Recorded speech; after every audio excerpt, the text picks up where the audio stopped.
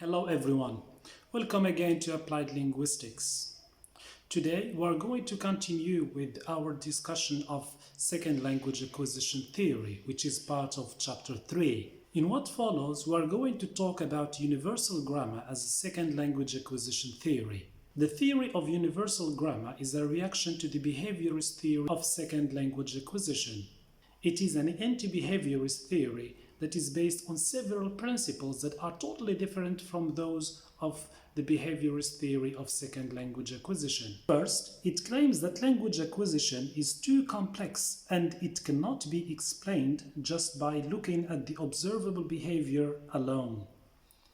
There are mental and biological factors that strongly intervene and shape second language acquisition. In addition, language is a purely human faculty that distinguishes humans from other animals. Thus, we cannot explain language learning in the same way we explain other animal behaviors simply because animals do not have a language. What makes humans different from animals is that humans are born with an innate biological mechanism that enables them to learn language. This innate biological mechanism, according to Chomsky, is the language acquisition device. Chomsky claims that there is strong evidence that actually supports the existence of a language acquisition device. He argues that children are exposed to incorrect, incomplete, and sometimes deformed languages through their mothers, fathers, and caretakers. This kind of language is usually called the motherese. For instance, children at an early age usually hear words such as the ones you see in this list, but they still end up using correct forms and correct structures. This tells us that children do not learn language just from the input they receive from the environment, and that language learning is not just a habit formation process. Rather, children must be biologically prepared to learn language. Their brains must be programmed and equipped with a language acquisition device that facilitates language learning. Another evidence that supports this claim, according to Chomsky, is that children often surprise us by producing some sentences and expressions which they have never heard. This refutes the behaviorist claim that children only learn from imitation and repeating what they hear from others.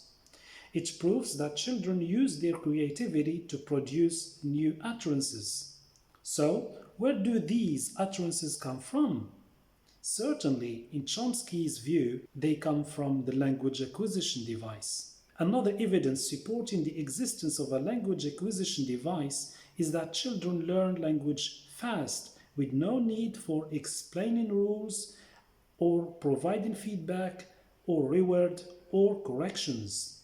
In the Chomskyan view, language learning is a hypothesis testing process, not a habit formation process. This hypothesis testing process allows children to develop their own language rules by testing them in the real world.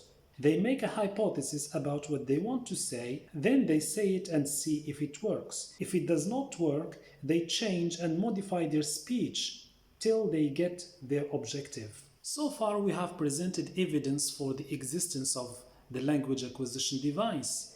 But what is it exactly that we mean by the language acquisition device? Language acquisition device is a mechanism, a device that exists in the human brain. It is similar to a driver in a laptop or a computer. This device is responsible for language learning.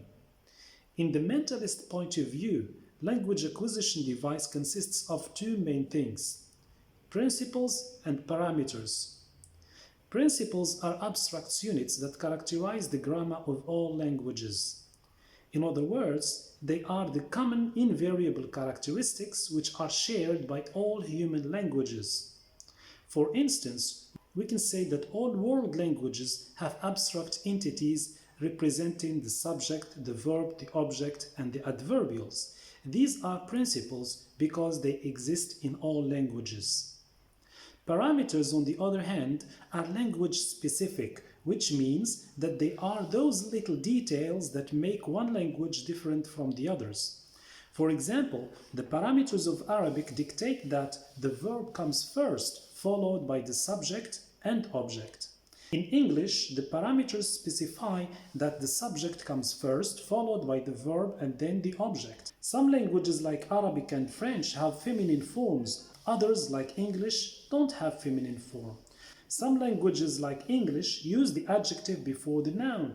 Other languages like Arabic use the noun before the adjective, and so on. The differences between the languages are too many and diverse to list in this single video. As a result, if one is learning a second language, they will have to readjust the parameters. It's like driving a car. It's basically the same principles, but if you move from Morocco to England, you will have to change your parameters as well, from left to right. It's the same car, but different rules. The main problem with the language acquisition device is that it has a limited period before it expires or loses its efficiency. This is exactly what is expressed in the critical period hypothesis, which postulates that age is a decisive factor in language learning. The critical period hypothesis, according to Lernberg, postulates that there is a limited period in human life where language learning becomes possible, natural, and effortless. Language acquisition device works well if activated before puberty. This is supported by evidence stating that only children can achieve native-like pronunciation.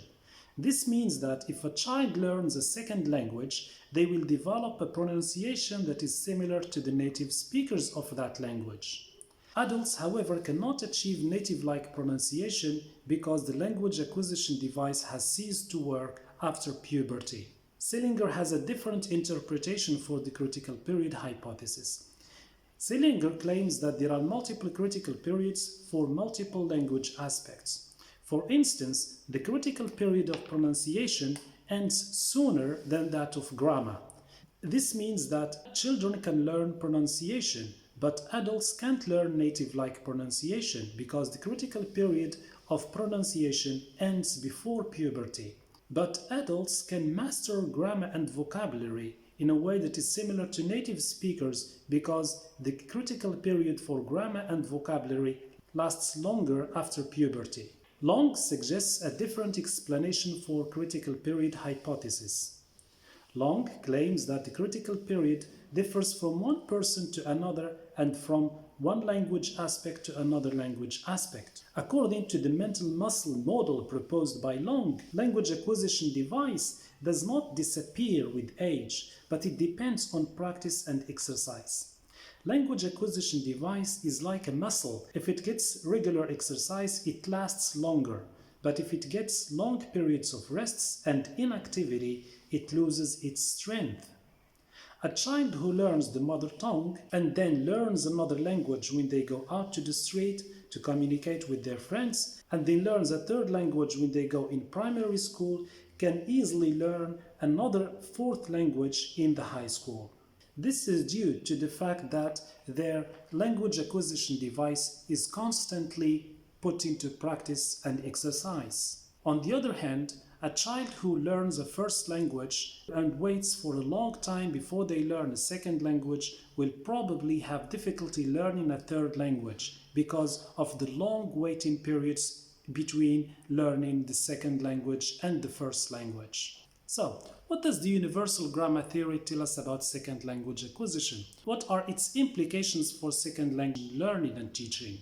First, universal grammar theory tells us that second language learners will have to readjust the parameters of their first language in order to be able to learn a second language. It also tells us that relatedness between the first language and the second language facilitates learning. If the structure and rules of the second language are similar to the ones that are used in the first language, learning the second language becomes easy.